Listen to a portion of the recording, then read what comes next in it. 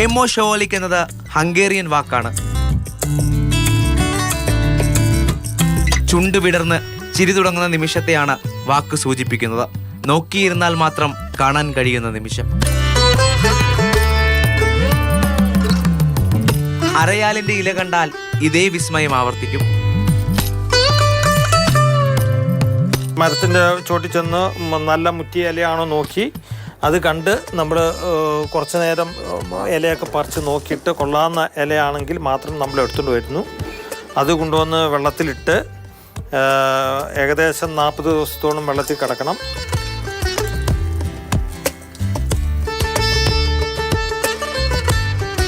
ഇലയിലെ പച്ച മായ്ക്കും.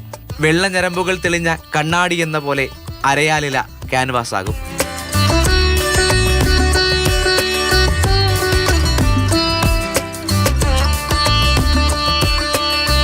ഇലയിൽ ചിത്രം പതിക്കുന്നയാൾ ഇവരുടെ സുഹൃത്താണ്, അധ്യാപകനാണ്.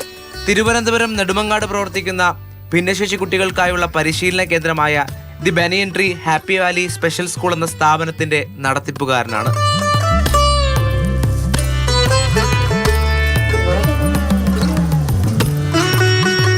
ഇലയിലെ ചിത്രങ്ങൾ ഇനി നിറങ്ങൾ തേടിയിറങ്ങും. വീടിന്റെ ഉമ്മറത്ത് കാത്തു നിൽക്കുന്നവരിലും കാണാം സന്തോഷത്തിന്റെ തുടക്കം.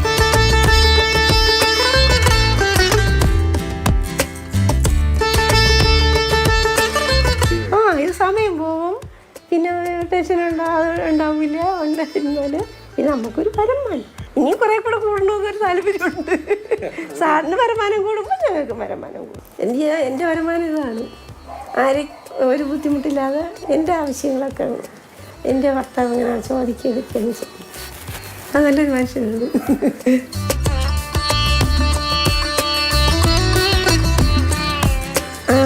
ഇത് കൊള്ളാം, ഇത് കൊള്ളാം.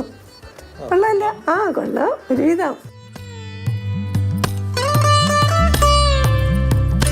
നല്ല സന്തോഷമല്ലേ മക്കളെ?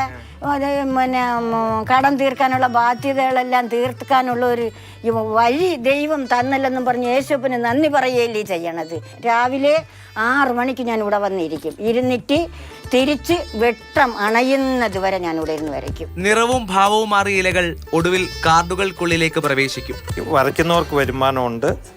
പിന്നെ ഇത് കാർഡാക്കി കാർഡ് കട്ട് ചെയ്ത് പ്രിൻ്റ് ചെയ്യുന്നവർക്ക് വരുമാനം. പിന്നെയുള്ളത് ഇത് സെയിൽസ് ചെയ്യുന്നവരും ഇതും കൊണ്ട് ജീവിക്കുന്നത്. 3-4 സ്റ്റേജിലായിട്ട് ജീവിക്കുന്ന ആൾക്കാരുണ്ട്. ഈ അമ്മമാർക്ക് നമ്മൾ ഒന്നിച്ച് പൈസ കൈ നിറയെ പൈസ കിട്ടുമ്പോൾ 5000-6000 ഒക്കെ ഒന്നിച്ച് കിട്ടുമ്പോൾ അവിടെ മുഖത്തൊരു സന്തോഷമുണ്ട്. ആ സന്തോഷമാണ് നമ്മുടെ ജീവിതത്തിൽ ഏറ്റവും വലിയ അവാർഡ്. അതാണ് നമ്മൾ കാണേണ്ടത്.